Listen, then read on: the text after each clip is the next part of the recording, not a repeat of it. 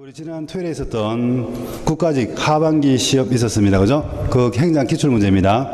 그 자세한 해설을 달아놨고, 그리고 페이지도 적어놨으니까 확인하시면 되겠는데, 그래서 뭐 그렇게 시간 오래 걸릴 것 같지는 않습니다. 간단히 좀 보도록 하겠습니다. 전체적으로 봤을 때 많이 어렵게 나온 건 아니죠. 아마 여러분들이 시험치러 왔을 때 좀 쉽다고 느껴졌을 수 있는데, 한두 문제 빼고는 거의 다 답을 맞출 수 있는 그런 내용들이었습니다. 한 90점 정도 이상 맞아야 되는 그런 시험이었습니다. 웬만큼 공부했으면. 그렇잖아요. 자, 차례차례 보겠습니다. 1번. 조직 이론에 대한 설명으로 옳지 않은 것은. 그런데 보니까 조직 이론인데 조직 이론도 많겠지만 보니까 상황론, 거래비용 이론, 주인 대리 이론, 자원 의존 이론 이런 것들라서 다 뭐죠? 거시 조직 이론. 한 개까지 포함시키는 경우는 그런 거시 조직 이론이었습니다. 그죠? 그런데 거시 조직 이론은 여러분들 나누죠? 이렇게 그 표에 있는 것처럼 밑에. 표에 있는 것처럼 여러분들 결정론의 입장이 있고 그리고 임의론의 입장이 있었습니다. 그렇잖아요. 결정론, 임의론.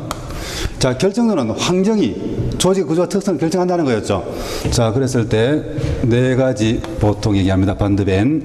자, 1, 2, 3, 4 이렇게 돼 있었고, 아니고 임의론이다. 조직 스스로 정할 수 있다. 여러분들 5번, 6번, 7번 있었죠. 거의 표를 외우다시피 하라 그랬습니다. 자, 결정론에 해당되는 거 구조적 상황론, 상황 적응론 중에 하나죠. 구조적 상황론. 그리고 조직군 생태학 이론, 조직군 생태학 이론이 있고, 그리고 조직 경제학. 이 조직 경제학 속에 여러분들 그 문제 나와 있는 거래비용 이론 그리고 대리인 이론이 있습니다. 아시죠? 조직을 경제학적으로 연구하는 거. 그리고 제도화 내지는 신제도화 이론이 있습니다. 대표적인 결정론. 그에 비해서 오른쪽에 임의론적 입장, 여러분들 5, 6질 전략적 선택 이론. 그리고 특히 6번 주의할 것 자원 의존 이론. 의존이라는 말 때문에 결정론처럼 보이는데 그게 아니라 그랬죠. 외부 자원 의존하고 있지만 여러분들 의존하고 있지만 스스로 뭘 결정한다는 거. 적극적 환경관리를 강조해서 이게 바로 답이었잖아요. 그리고 공동체 생태학 이론이 있습니다. 공동체 생태학 이론. 그래서 아예 오른쪽을 외우라 그랬죠. 이렇게 전자공이라고 외운다 그랬습니다. 여러분들 전자공이라고. 이것만 알아도 풀 수 있는 문제네. 정답은 그렇잖아요. 자, 정답은 4번인데 4번에 보면 자원 의존 이론에 따르면 조직은 환경으로부터 필요한 자원을 획득하기 위해서 환경에 피동적으로 순응해야 된다. 피동적 틀렸죠, 여러분들. 자, 능동적으로 대응한다. 능동적으로. 즉, 여러분들 아시죠? 외부 자원은 의존적이지만 동그라미 4번 적극적 환경관리를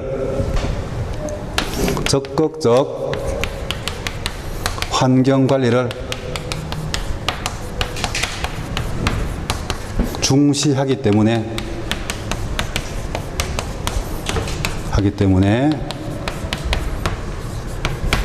능동적 대응을 강조합니다. 능동적 대응을 강조합니다. 바로 그렇죠.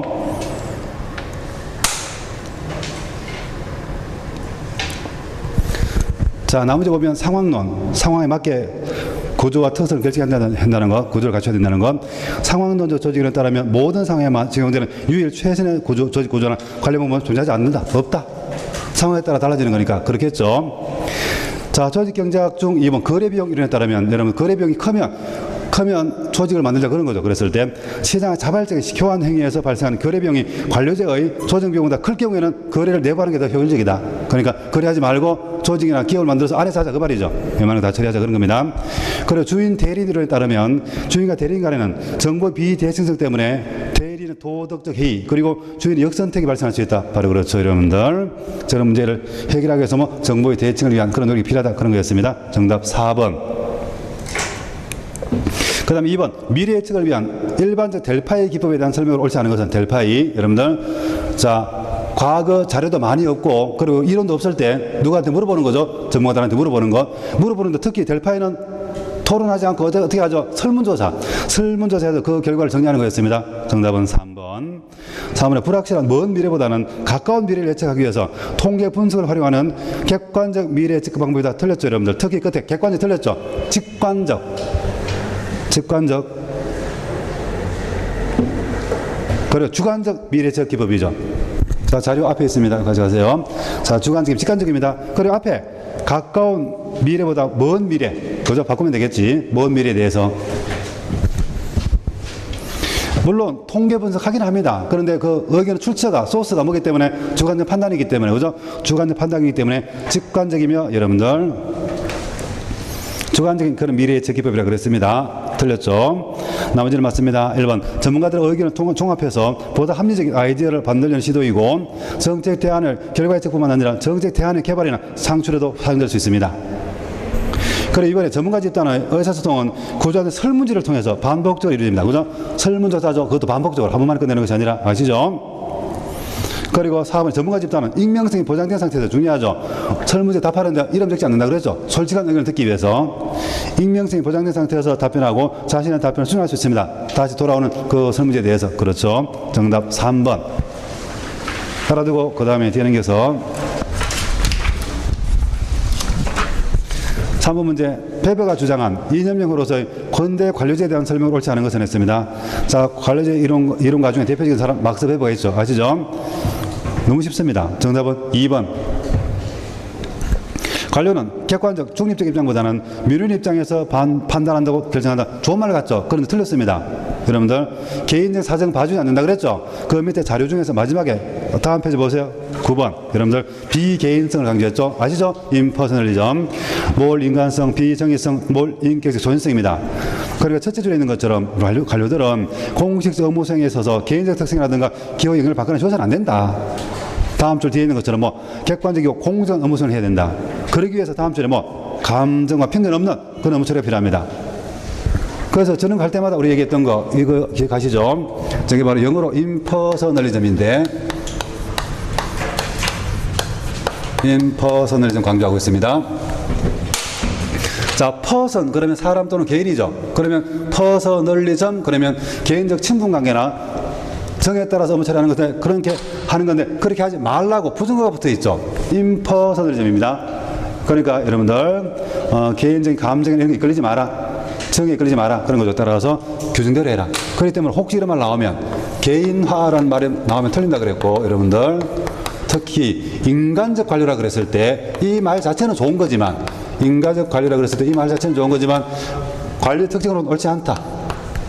바로 이게 문제 이거잖아요. 그죠? 바로. 그리고 열정을 가지고 일하고 있을 때 그 말 자체는 좋은 거지만 관리적 특징으로 옳지 않습니다. 이런 거 없이 감정 없이 그죠? 규정대로 해라. 냉정하게. 객관적이고 공정 업무 수행을 위해서 이런 걸 요구했습니다. 특히 여러분들 인간적 관료 그러면 좋은 말 같지만 관리의 특징을 하는 특징은 옳지 않습니다. 틀렸어요. 그죠? 그렇습니다.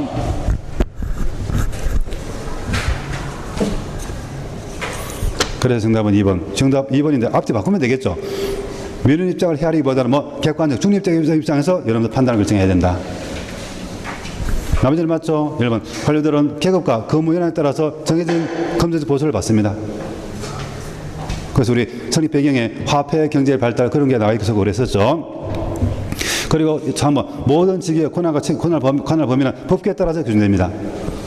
법규에 의한 지배를 강조하죠. 그렇잖아요. 3. 관료 업무 수행 뭐 문서에 의하고 문서주의죠. 문서주의. 그 자료에 가로 5번 있는 것처럼 바로 그렇죠. 정답 2번이었습니다. 뭐 쉬운 문제였고요. 4번은 더 쉬운 문제인데 4번은 매번 했던 거 하위 정보 모형. 여러분들 정책 망 모형 중에 하위 정보 모형 있죠. 철의 삼각 또는 삼자 이런 거 거의 같은 거 하위 정보 모형에서 정책 유형별로 정책 결정과 집행에 영향을 미치는 세 삼자 연합에 해당되지 않는 것은 자, 세 주체 중요한 역할은 세 주체가 있다 그랬죠. 여러분들 자, 세 주체 있습니다. 즉 정부 관료 뭐 쉬운 말로 하면 공무원이죠. 고위공무원들입니다. 그리고 의회의 상임위원회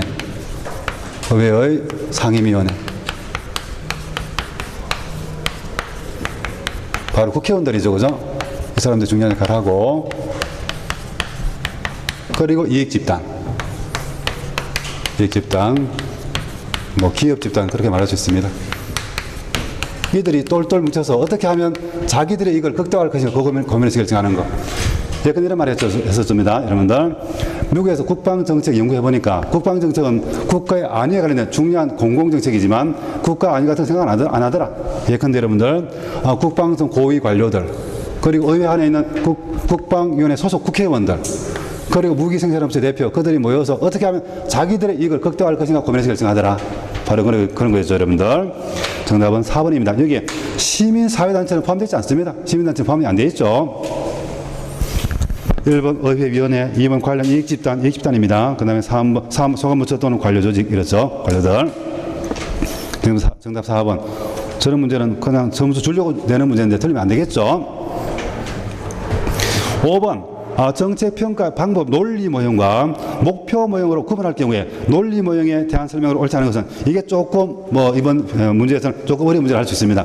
그런데 그걸 안다면 논리 모형이 정책평가 중에서 형성평가의 한 종류이고, 그리고 목표 모형이 총괄평가의 한 종류라면 쉽게 구분할 수도 있습니다. 그리고 내용에 보면 정답은 쉽게 찾을 수 있죠. 3번에 정책 달성하려는 장기 목표입니다. 중단기 목표들을 달성했는지, 목표 달성했는가 그걸 뭐라고 하죠, 여러분들? 효과성 평가하는 거 총괄평가입니다. 따라서 그러한 것을 달성했는지에 초점을 맞춘 평가 모형은 바로 뭐겠어요? 목표 모형이지. 문제에 나와 있나? 목표 그러면서. 그죠? 목표 모형입니다. 정답은 3번입니다. 나머지는 보면 여러분 1번 정책 프로그램이 여러분들 프로그램이 특정 성과를 산출하기 위해서 어떤 논리적 인과구조를 가지고 있는지를 명시로 보여주는 것. 논리 모형 또 논리 매트릭스, 여러분들. 2번 프로그램이 해결하려는 정책 문제 그리고 정책 결과물이 무엇인지를 명확히 해주기 때문에 정책 형성 과정입니다. 인과관계에 대한 가정 오류와 그리고 정책 집행 실패를 구분할 수 있도록 해준다. 목표 달성도를 알려주는 게 아니고, 그렇잖아요. 그 다음에 4번 프로그램 논리의 분석 그리고 정리 과정이 이해관계자의 정책 프로그램에 대한 이해를 높여준다. 바로 이렇습니다. 그 장점 또는 특징을 할 수 있겠죠. 정답 3번입니다. 뒤에 넘겨보시면 자료가 정리가 됐으니까 꼭 확인해 보시고. 6번 피터스가 제시한 정부 개혁 모형에 대한 설명으로 옳은 것을 했습니다, 여러분들. 기본반에서 심화반에서 그런 문제풀이 할 때 수시로 했던 거. 자, 오른쪽 다음 페이지에 그 표가 나와 있죠. 그 표를 잘 기억하면 되는 문제인데, 이렇게 얘기했었죠.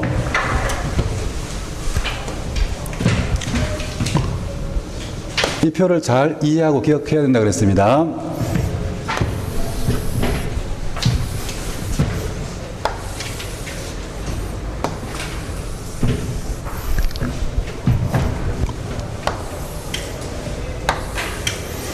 제 앞에 전통적 정부 모형이 있고, 관료제나 개청제 같은 거겠죠. 그런데 이게 문제가 있으니까 여러분들 그 문제점을 해결하기 위해서 새로운 모형 4가지를 제시했습니다. 피터스. 이렇게 자를 수 있죠. 4가지 시장적, 참여적, 신축적, 그리고 탈내부 교제적 정부 모형입니다. 4가지를 꼭 기억하라 그랬죠. 시장적, 참여적, 신축적, 그리고 탈내부 교제 정부 모형입니다. 그랬을 때 가장 먼저 확인할 거, 첫 번째 칸에 있는 내용이죠. 첫 번째 칸에 있는 거, 여러분들. 바로 문제 진단 기준입니다. 즉, 무엇을 문제라고 봤는가. 먼저 시장적 정부에서는 전통적 정부가 뭐기 때문에 독점이기 때문에 문제다. 독점이기 때문에. 독점이라서 경쟁이 없고 경쟁이 없다 보니까 효율성이 떨어진다. 따라서 그 경쟁을 활성화시키고 독점을 어떻게 해결하기 위해서 구조는 이렇게 관리는 저렇게 하자고 쭉 개혁 방안들이 나와 있습니다. 바로 밑에 있는 것들이 그런 거죠. 그 독점성 문제를 해결하는 방법들입니다. 바로 그렇죠. 그리고 참여 정부에서는 전통적 정부가 개청제라서 문제가 있다고 봅니다. 개청으로 되어 있으니까 하급자들 또는 외부인들 참여가 안 된다. 따라서 참여를 활성화시키기 위해서 구조는 이렇게, 관리는 저렇게 하자고 쭉 가면서 개혁 방안들이 나와 있는 거죠. 그런 식으로 확인하면 되고, 그 다음에 신축적 정부에서는 전통적 정부가 영속성이 있어서 한 번 만들어지면 계속 있기 때문에, 존재하기 때문에 문제가 된다 그러면서 여러분들 영속성을 문제 삼고 있죠. 그 문제를 해결하기 위해서 이렇게 저렇게 하자고 또 개혁 방안들이 쭉 제시되어 있습니다. 바로 이런 거잖아요. 그리고 특히 탈내부 규제 모형에서 이름에 내용이 나와 있습니다. 탈내부 규제. 내부 규제가 너무 많아서 그 구성원들, 공무원들의 여러분들 자율성이나 창의성을 억압하고 있다. 따라서 그 내부 규제를 철폐해서 공무원들의 자율성 그리고 창의성을 높여주자 그런 거죠. 그러기 위해서 밑에 가면서 쭉 이렇게 하자고 저렇게 하자고 개혁 방안들이 나와 있는 것이고 이런 식이잖아요. 제일 앞에 전통적 정부 바로 밑에 있는 거 이것도 주의하라 그랬죠. 전 건대적 권위, 전 권위 그랬을 때 여러분들 이것도 전통적 정부가 그렇다는 말이 아니죠. 그거보다 더 오래 전에 옛날에 있었던 조직들은 문제점입니다. 그 문제점을 해결하기 위해서 뭐 이렇게 저렇게 하자고 개혁 방안이 나온 거죠. 그러니까 전통적 정부 조직, 관료제나 개청제도 그것이 제시될 그 당시에는 뭐 개혁적 모형이었다. 그런데 문제가 있기 때문에 새롭게 나온 것이고, 그렇죠, 여러분들. 그리고 이거 알고 있죠? 보세요. 여기 있는 독점성, 개청제, 영속성, 내부 규제는 전부 다 뭐 전통적 정부의 문제점들입니다. 그 문제점 해결하기 위해서 뭐 이렇게 저렇게 하자고 개혁 방안이 나와 있는 거죠. 그랬을 때 여러분들, 자, 정답은 2번이죠. 2번. 지금 옳은 겁니다. 옳은 거. 이번 참여정보형은 조직 하층부 구성원이나 고객들의 의사결정 참여 기회가 확대될수록 조직 효과적으로 기능한다고 봅니다. 그래서 참여를 중시하니까 참여정보형이죠. 참여정보형입니다. 그렇잖아요. 뭐 정답은 쉽습니다. 참여를 강조하니까 참여정보형이겠지. 나머지는 보면 1번 시장모형에서는 조직의 통합을 통한 집권화를 체험한다. 틀렸죠. 시장적 정모에서는 독점이 문제이기 때문에 통합하면 안 되겠죠. 집권화시키면 안 되겠죠. 분리를 통한, 여러분들 분절화를 통한 뭐 분권화를 강조했습니다. 분권화. 그 표에도 그렇게 돼 있죠. 확인해 보세요. 3번 신축적 정보형에서는 정규직 건물 확대, 저러면 신축이 아니죠, 그죠? 확대 아니면 축소를 통해서 비용을 절감하고 공익을 정진시킬 수도 있다고 봤습니다. 여러분들 신축적으로 하자, 뭐 계약제도 활용하자, 뭐 이런 거죠, 여러분들. 플렉스블. 그다음에 4번 탈규제적 정부모형에서는 경제적 규제만을 통한 시장 활성화를 추구하기 위해서 정부의 권한을 축소해야 한다고 본다. 틀렸죠, 여러분들. 여기서 말하는 탈규제에서 그 규제는 뭐였죠? 내부 규제입니다. 내부 규제. 정부 안에서 공무원들에 대한 규제를 완화시키자, 그 말이지. 시장에 대한 여러분들 경제적 규제를 완화시키자는 말이 아니고, 그죠? 여러분, 내부 규제입니다. 내부 규제가 문제다. 공무원들에 대한 규제가 많아서 공무원의 자율성, 창의적 억압하고 있다. 따라서 그 내부 규제를 철폐하자는 거죠. 그러니까 민간에 대한 경제적 규제가 완화하자는 말이 아닙니다. 꼭 확인해 보시기 바랍니다. 그 해설지 보면 되겠죠. 정답 옳은 거 2번이었습니다. 그 다음에 7번 사회자본이론. 사회자본 소셜 캐피탈 아시죠, 여러분들? 사회에 어떤 문제가 있을 때 그 문제 해결을 위해서 여러분들 구성원들이 자발적으로 나서서 도움을 주는 데 필요한 관계, 조건, 특성 이런 것들이었죠. 그래서 이렇게 말하죠, 보통. 사회자본을 여러분들 자발적 사회성이라 그럽니다. 자본이라 그러지만 사실 돈이 아니죠. 뭐 정신적인 거지. 정신적 자본입니다. 정신적 자본입니다. 그렇죠? 정신적 자본. 그게 좋은 기능, 순기능도 있고 역기능도 있죠. 그랬을 때 정답은 1번입니다. 신뢰와 네트워크를 통한 과도한 대외적 개방성에 대해서 많은 비판을 받고 있다. 틀렸죠? 자기들끼리만 신뢰합니다. 자기들끼리 네트워크를 형성하죠. 따라서 자, 과도한 여러분들 대외적 폐쇄성에 대해서 많은 비판을 받고 있습니다. 그러니까 그 자료 중에 넘어가서 역기능 중에 마지막에 있죠, 여러분들. 역기능 중에 마지막에 보면 동료 5번 집단 간의 부정적 관계를 유발할 수 있다. 자기들끼리만 똘똘 뭉쳐서 어떻게 하기 때문에. 그러니까 세력자본은 집단 결성력으로 인해서 집단 이기주의 등을 조장함으로써 다른 집단 간의 관계에 있어서 부정적 효과를 나타낼 수 있다. 딱 쉽게 말하면 그렇습니다. 자기들끼리만 똘똘 뭉쳐 있기 때문에. 자기들끼리만. 바로 그렇죠. 앞으로 가서 나머지는 맞습니다. 보세요, 여러분들. 이번에 정밀한 사회적 연결망은 신뢰를 강화하고, 그렇게 했죠. 거래비 낮춰준다. 신뢰가 형성되어 있으면 안심하고 거래할 수 있으니까 혁신을 가속함으로써 경제 발전을 촉진할 수 있다. 결과적으로 경제 성장에도 도움을 준다 그러죠. 그 다음에 3번 포트남은 이탈리아에서 사회 자본, 즉 시민 공동체 의식 같은 것들이 지방 정부의 제도적 성과 차이를 잘 설명해 준다고 설명합니다. 주장했습니다. 여러분들. 사회자본이 중요하다는 얘기죠. 베트남. 그 다음에 4번 사회자본은 참여자들이 협력하도록 함으로써 공유한 목적을 보다 효과적으로 성취하게 만드는 신뢰, 규범, 네트워크와 같은 그런 사회적 조직의 특징을 정의할 수 있습니다. 바로 그 의미죠. 맞습니다. 정답 1번. 그 다음 8번 정책평가에 있어서 조건이 양호한 집단을 대상으로 정책 순환을 실시한 후에 그 결과 좋게 나타난 정책 순환을 다른 상황에 정의하려고 하는 경우에 나타난 외적 타당성 문제. 제일 앞에 문제에서 보세요. 조건이 양호한 대상. 그러니까 효과가 크게 나타날 집단을 실험적으로 배정하고, 그죠? 그렇지 않은 집단을 비기준에 배정해서 평가해서 일반화시키려고 하는 문제가 생긴다. 그걸 뭐라 그러죠? 크리밍, 달콤한 크림 걷어먹는 것처럼 효과가 크게 나타날 집단을 시름처럼 배정하는 것, 크리밍 효과라 그랬습니다. 정답 1번이죠. 뭐 쉬운 문제입니다. 그 다음에 9번 조직 유형에 대한 설명으로 옳지 않은 것은 여러분들 틀린 거. 정답은 3번인데 3번에 매트릭스 조직은 합친 거죠. 뭐하고 뭐를? 기능구조, 사업구조를. 아시죠? 자, 기능 중심의 수직 조직과 맞네. 프로젝트 중심의 수평 조직을 결합한 구조로서 여기까지는 맞네. 여기 맞습니다. 뒤에가 틀렸죠. 명령 통일의 원리에 따라 권한과 책임의 한계 명확하다 틀렸죠. 자, 여러분 네트워크 그거 매트릭스 구조는 이렇게 형성되어 있어서 이중으로 되어 있잖아요, 여러분들.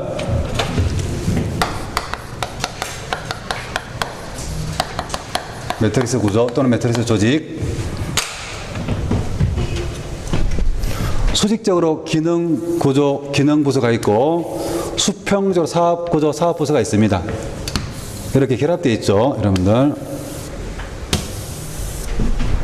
이렇게 되어 있으면 여기 A라는 직원이 있으면 수직적으로 기능 부서가 있습니다. 기능 부서가 있고 수평적으로 사업 부서가 있습니다. 아시죠? 이렇게 해서 자, 기능 부서의 전문성도 살리고 그리고 사업 부서의 대응성이나 신축성도 살리기 위해서 두 가지를 결합한 거죠. 이렇게 하면 A를 놓고 봤을 때 뭐가 두 명의 상관이 있습니다. 두 명의 상관이 있으니까 뭐가 명령통일의 원리에 위배됩니다. 그죠? 여러분들 명령통일의 원리는 오직 한 사람의 상관으로서 명령받고 그 사람한테 보고를 하는 건데 두 명이 있어서 여러분들 그 위배되는 거죠. 따라서 끝에 명령통일 원리에 따라가 아니고 명령통일에 위배돼요. 명령통일 원리에 위배되기 때문에 위배되어서 책임과 권한 한계가 명확 아니 불명확해진다. 불명확. 그렇게 해서 여러분들 이중으로 결합되어 있기 때문에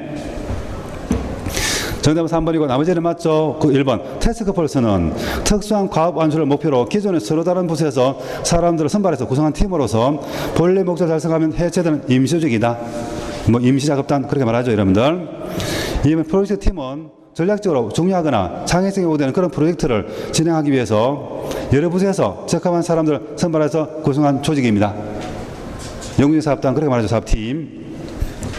사업 네트워크 조직은 네트워크 마음으로 연결되어 있는 거 핵심 기능을 수행하는 그런 소규모의 조직을 중심에 두고 다수의 협력업체를 네트워크로 묶어서 과업을 수행하는 것 네트워크 조직입니다. 망상구조 그렇죠? 정답 3번이었습니다. 그 다음 10번 여러분들 자 우리나라의 공무원에 대한 설명으로 옳지 않은 것은 했습니다. 정답은 4번이죠. 3. 고위 공무원단은 중앙행정기관하고 지방자치단체 실장, 국장 및 이에 상당하는 보좌기관에 임명되어서 재직 중이거나 파견, 휴직 등으로 인사관리되고 있는 국가공무원과 지방공무원을 말한다. 틀렸죠. 지방공무원은 아니죠. 자, 고위공무원단 여러분들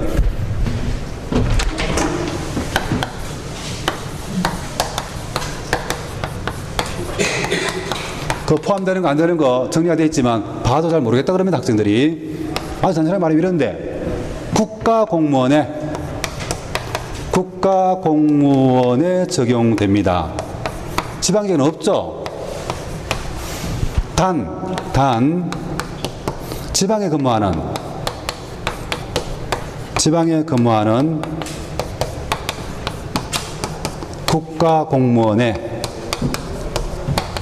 공무원에도 적용됩니다.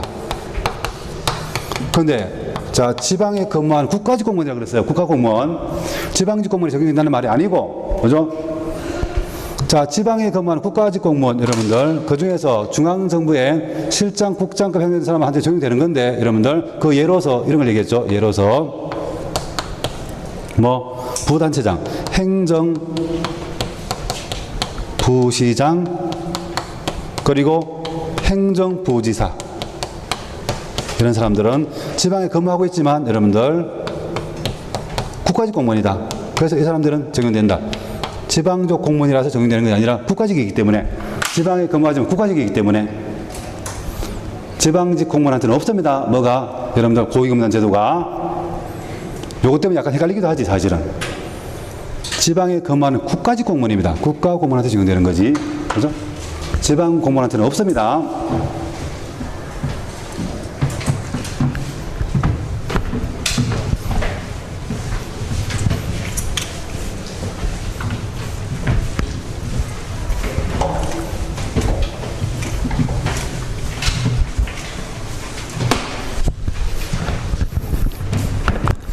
나머지는 맞죠? 1번 특수 경력직 공무원은 경력직 이외의 공무원으로서 실적주의와 직업 공무원자 획일적으로 기능을 받지 않습니다. 특수 경력직 공무원은 자 공무원이 그 밑에 있지만 이렇게 되어 있죠 여러분들. 다음 페이지에 나눠져 있지만 자 실적주의와 직업 공무원 적용되는 공무원 경력직이 있죠. 자 경력직이 두 가지 있죠 여러분들 아시죠? 일반직 특정직이 있습니다. 여기에 포함되지 않는 공무원 특수 경력직 공무원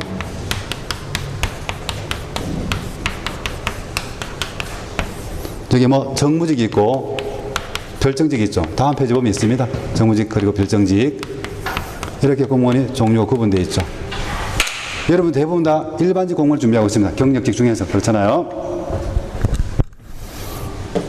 그래서 다시 한번 1번 특수 경력직 공무원은 경력직 이외 공무원을 말합니다.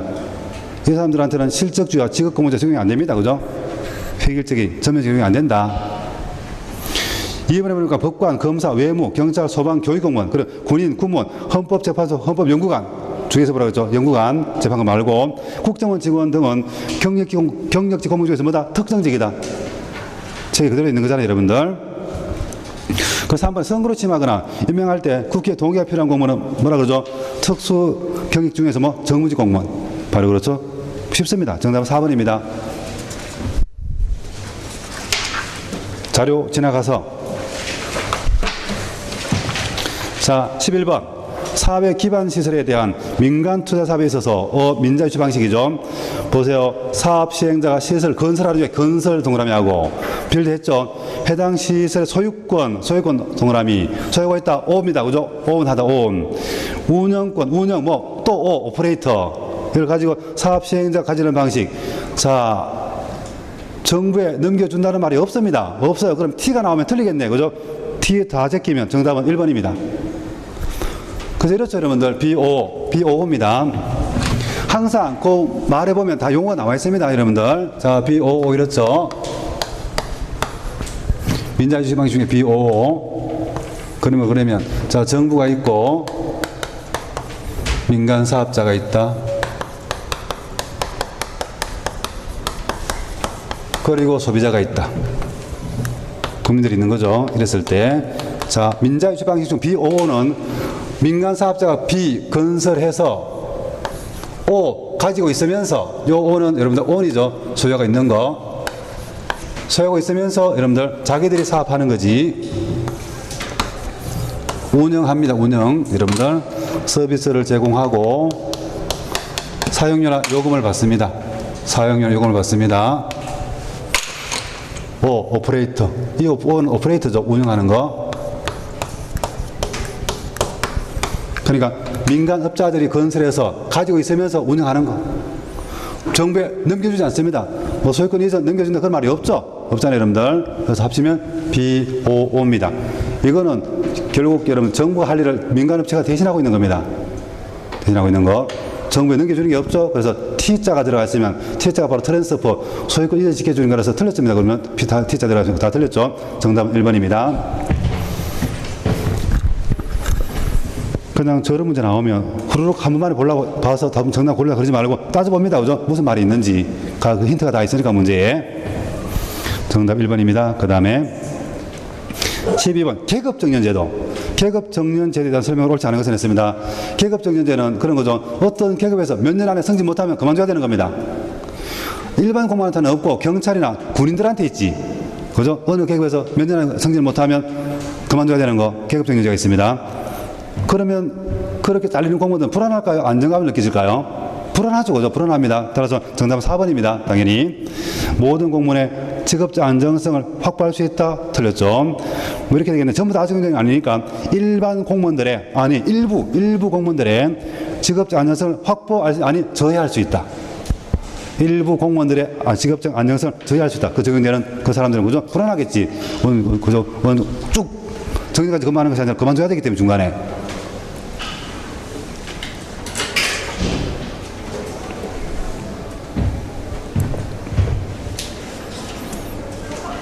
정답 4번이고 나머지는 맞습니다. 예를 들면 공무원이 일정 기간 동안 성장하지 못하고 동일한 계급에 머물러 있으면 그 기간이 만료될 때 그 사람을 자동적으로 퇴직시키는 제도입니다. 계급적 연제죠. 여러분들. 이번 인적 자원의 유동성을 높여서 국민의 공직 취임 기회를 확대할 수 있습니다. 좀 걸러내는 거지. 내보내고, 그죠? 새로운 사람 들어온다 그 말입니다. 그리고 3번 공무원의 교체를 촉진하여 낡은 관료 문화 타파에 기여할 수 있다. 정답은 4번이었습니다. 자료 보시고 뒤에 자료 나와 있죠. 기본서에 있는 내용 그대로입니다. 여러분들. 13번 다음은 판례 일부인데 괄호 안에 들어갈 말로 옳은 것은 옳은 거라 그랬습니다. 박스 안에 주식 백지 신탁제도 들어보셨죠, 여러분들? 공직자 윤리법에 있는 거. 공직자의 재산과 그가 담당하는 직무 사이에 발생한 뭐를 사전에 회피하고, 정말도 알겠습니다.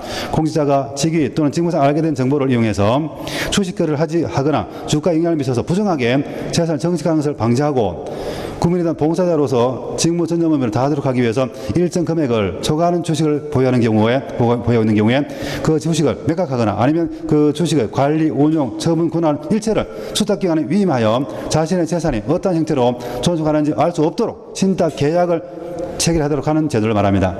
바로 뭐 이해 충돌 방지하기 위해서. 정답 2번이죠. 중요합니다. 그리고 쉽습니다. 그죠? 이해 충돌 방지와 관련성 있는 그런 내용이죠. 주식을 많이 가지고 그냥 공무원 되면 일어나고 맨날 그것만 쳐다보고 있을 거니까 여러분들 그런 거를 막기 위해서 백지 신탁 제도가 있습니다. 보시고 14번. 자, 우리나라 다면평가 제도에 대한 설명으로 옳지 않은 것은 했습니다. 다면평가 이렇죠. 평가 대상자 A가 있을 때 여러분들 이 사람을 위에서 상급자가 평가할 뿐만 아니라 부하들도 평정에 참여하고 동료들도 평정에 참여하고 또 민원인도 평정에 참여하는 이런 방식을 말하죠. 이렇게 해서 사방에서 평가 이루어지는 것 다면평가입니다. 아시죠? 오늘 오전에 수업 들었던 사람들 오늘 공부했던 것도 몇 가지 나오네 보니까. 그렇죠? 여러분들 반갑습니다. 이 문제도 그렇고 앞에 것도 그렇고 여러분들. 정답은 1번입니다. 1번. 자, 민원인은 해당 공무원에 대한 다면평가에 참여할 수 없다? 아니 있다. 있다. 그죠? 민원인도 참여한다 그랬습니다. 나머지는 맞죠? 2번 다면평가 결과는 해당 공무원에 공개할 수 있습니다. 다른 평가 결과는 공개하도록 되어 있지만 이건 공개할 수 있다. 그리고 3번 다면평가 결과는 성진, 전보, 선거급 직업 등의 참고 자료로 활용될 수 있습니다. 참고 자료로. 의무적으로 반영되는 건 아니고. 그리고 4번 해당 공무원에게 평가 정보를 다각적으로 제공하는 경우에는 능력 개발을 유도할 수도 있죠. 그래서 여러분들 너는 뭐는 좋고 뭐는 안 좋은데 그런 것도 한 사람이 얘기해 주는 것이 아니라 여러 사람이 참여하면 참여해서 그렇게 여러 사람이 똑같은 얘기를 하면 진짜 내가 뭐가 부족한 모양이다. 그걸 받아들이고 고치려고 노력할 수 있다는 얘기죠. 정답 1번입니다. 그 다음에 15번. 자, 우리나라 주민 참여 제도에 대한 설명으로 옳지 않은 것은 정답은 2번이죠. 2번에 보면 개인의 사생활을 침해할 우려가 있는 경우 상이라도 사무 처리가 법률 위반되거나 공익을 현저히 해친다고 인정되면 주민감사 청구를 할 수 있다. 틀렸죠. 좀 바꿔야 되겠네. 끝에 거를 앞으로 보내면 이렇게 되겠네. 사무 처리가 법률 위반되거나 공익을 현저히 해친다고 하더라도 개인의 사생활을 침해할 우려가 있는 사항은 감사 청구할 수 없다.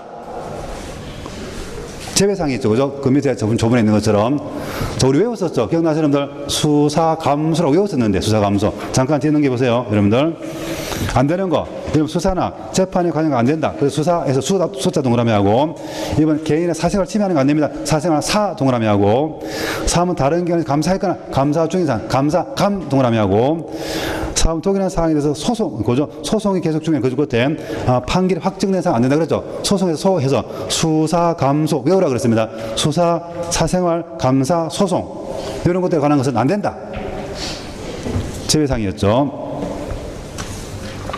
정답 2번. 자, 나머지는 맞습니다. 1번에 자치단체 장은 주민의 과도한 부담을 주거나 중대한 영향을 미치는 자치단체의 주요 경영 사항 등에 대해서 주민투표에 붙일 수가 있습니다. 바로 그렇죠. 주민투표 내용. 3은 정무장관이나 시도의사는 주민감사 청구를 처리할 때 청구인의 대표자한테 반드시 증거 제출이나 의견 제출의 기회를 줘야 된다. 3은 지방자치단체 장은 대통령이 영으로 정하는 바에 따라 지방예산 편성 과정에 주민 참여할 수 있는 절차를 마련해서 시행해야 됩니다. 지방재정법에 있는 내용이죠. 국가예산은 저런 게 없지만 지방에는 저런 게 있다. 주민 참여하는 그런 기회가 있죠. 편성 과정에. 정답 2번입니다. 그 다음 16번. 정보 격차에 대한 설명으로 옳지 않은 것은 정보 격차. 정보화 사회가 되었다고 해서 여러분들 모든 사람들이 다 정보를 많이 가지고 잘 활용할 수 있는 게 아니다. 누구는 그럴 수 있고 누구는 그렇지 못하다. 정보 격차가 있다. 정답 3번. 1번부터 보면 여러분들 1번에 정보 격차가 뭔지 정의가 되어 있습니다. 경제협력개발기구죠. OECD는 정보 격차를 개인, 가정, 기업, 지역들 간의 상이한 사회 경제 여건에서 비롯된 정보통신기술에 대한 접근 기회와 다양한 활동을 위한 인터넷 이용에 있어서 그 차이를 정보 격차라고 그랬습니다. 저런 현상이 나타나고 있다.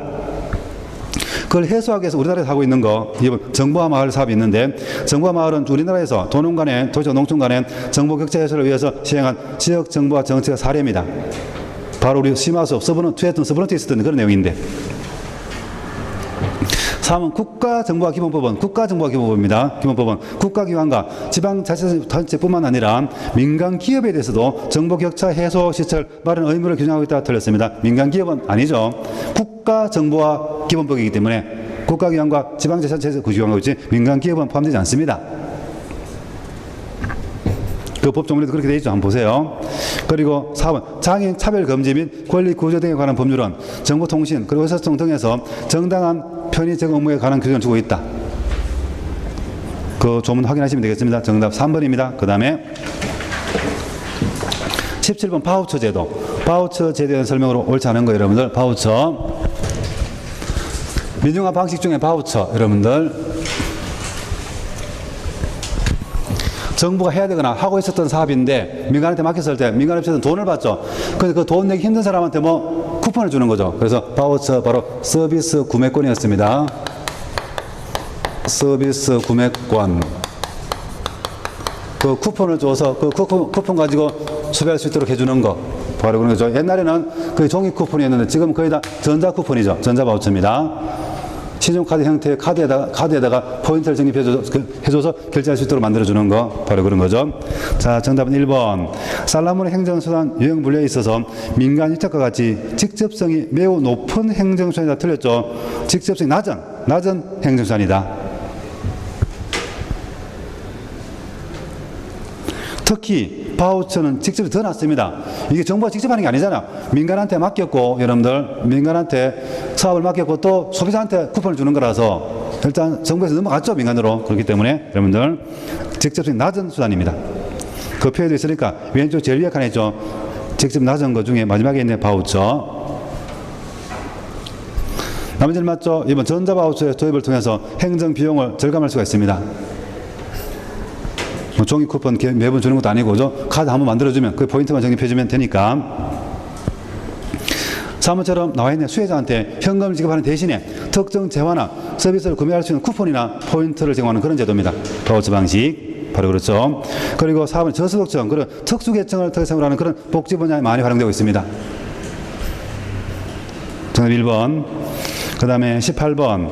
자, 우리나라 지방자치단체의 세입세출에 관한 설명으로 옳지 않은 것은 정답 2번이죠. 자, 보통교부세는 중앙정부가 용도를 제한해서 자치단체 재정이 없는 재원이다, 재정권이 없는 재원이다. 틀렸죠. 특히 지방교부세 중에도 보통교부세는 제한이 없죠. 아무데나 쓸 수 있는 것. 그래서 보통교부세는 중앙정부 용도를 제한하지 않기 때문에 자치단체 재정권이 있는 재원이다, 높은 재원이다. 그렇게 해야 되겠죠. 원래 지방교부세가 용도 제한이 없는데 특히 보통교부세가 대표적이죠. 대부분을 차지하고 있고. 1번 의존 재원의 비중이 높아지면 지방 재정 분권이 취약해질 수가 있습니다. 그렇겠죠. 직접 거둔 게 아니라서. 3번 지방세와 세외 수입은 자주에는 속하고 아시죠? 보조금과 지방교부세는 의존 재원이죠. 그게 나눠집니다. 아실 거고. 4번 현행법상 지방자치단체 관할구역 자치사무에 필요한 경우에 자치사무니까 그 자치단체 전액 부담해야 되겠죠. 자기 일이니까. 맞습니다. 정답 2번.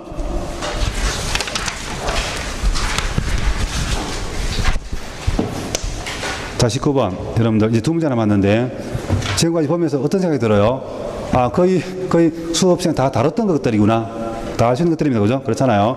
책이 그대로 나와 있거나, 문제풀이 다 했던 것들. 그렇잖아요. 그러니까 빨리 풀 수 있고 거의 다 맞출 수 있는 문제들이었습니다. 19번. 우리나라의 예산 제도에 대한 설명을 옳지 않은 것. 정답은 2번이죠. 2번.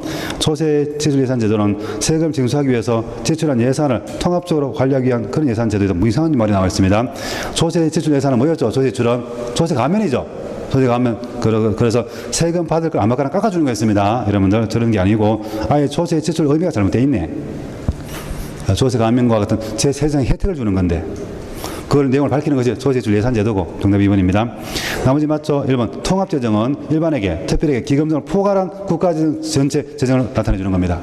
통합예산이죠. 3번. 성인지예산서는 예산이 남성과 여성에 미칠 영향을 미리 분석한 보고서로서 정부가 예산안과 함께 국회에 제출해야 되는 그런 첨부 서류입니다. 성인지 예산서를 접해서 바로 그렇죠. 그 다음에 4번. 각 중앙재 사항은 예산 요구서를 제출할 때 다음 연도 예산의 성과 계획서 그리고 전년도 예산 성과 보고서를 기재부 장관한테 함께 제출할 때 있습니다. 성과 중심의 재정 운영을 하자는 거죠. 맞습니다. 정답 2번. 20번 마지막 문제. 예산의 원칙과 그 내용 그리고 예외상을 순서대로 나열한 것을 옳지 못한 거. 정답은 3번이죠. 여러분들. 3번에 보니까 단일성 원칙 해놓고 세액과 세출 내역 명시의 나열 내용과 전혀 뭐 다 지직박적 섞여 있습니다. 지직박적. 그 중간 내용이 있는 거 예산과 세입 세출 내역을 명시적으로 나열해서 명확히 볼 수 있는 거 뭐 명확성 원칙이죠. 말 그대로 명확성 원칙 또는 명세성 원칙 또는 명료성 원칙이라고도 하고 단일성 원칙은 예산의 구조에서 단순해야 된다는 것이고 그때 이용과 전용은 한정성 원칙 예외죠. 단일성 원칙 예외가 아니고 그렇잖아요 여러분들. 그래서 뭐 이것저것 다 섞여 있어서 3번 틀렸습니다. 나머지는 맞죠.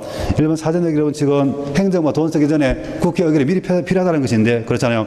회견 개시 전 예산이 확정되어 있어야 됩니다. 의결을 거쳐서. 그런데 준예산 같은 것들은 여러분들 국회 사전의결 없이 쓰는 거죠. 그냥 예외 맞고 통일성 원칙은 모든 수입이 국고로 들어와서 거기서 지출해야 된다는 거죠. 그러니까 재정 수입과 특정 지출을 연결을 하지 말라는 겁니다. 그런데 특목 기수 외웠던 것처럼 특별에게는 특별히 정해져 있죠. 용도가. 그래서 예외고 마지막 안전성 원칙은 모든 수입과 지출이 예산에 계상되어야 한다는 것인데 다른 말로 예산 총계주라고 하죠. 그런데 전대 차관 같은 것은 표시 안 한다 예산에. 그래서 예외라 그랬습니다. 그 표에도 자세히 정리가 되어 있으니까 확인하시면 되겠죠. 이렇게 보니까 여러분들 하반기 시험은 약간 그런 느낌도 듭니다. 출제위원들이 문제를 좀 출제하기 싫었던 것 같다. 그죠? 그래서 퀴즈 나왔던 거 약간 조합해서 거의 그대로 내가 뭐 약간 변형해서 냈습니다. 여러분들. 그래서 시험을 자꾸 치니까 출제가 귀찮습니다. 그죠? 그런 느낌이 들기도 하는데 하여튼 어려운 문제가 아니었습니다. 여러분들. 참고하시고 뭐 정답 아는 것도 중요하지만 자료에 나와 있는 것들 잘 보고 해서 다음 시험에 좀 활용하시기 바랍니다. 마치겠습니다. 여러분들 수고하셨습니다.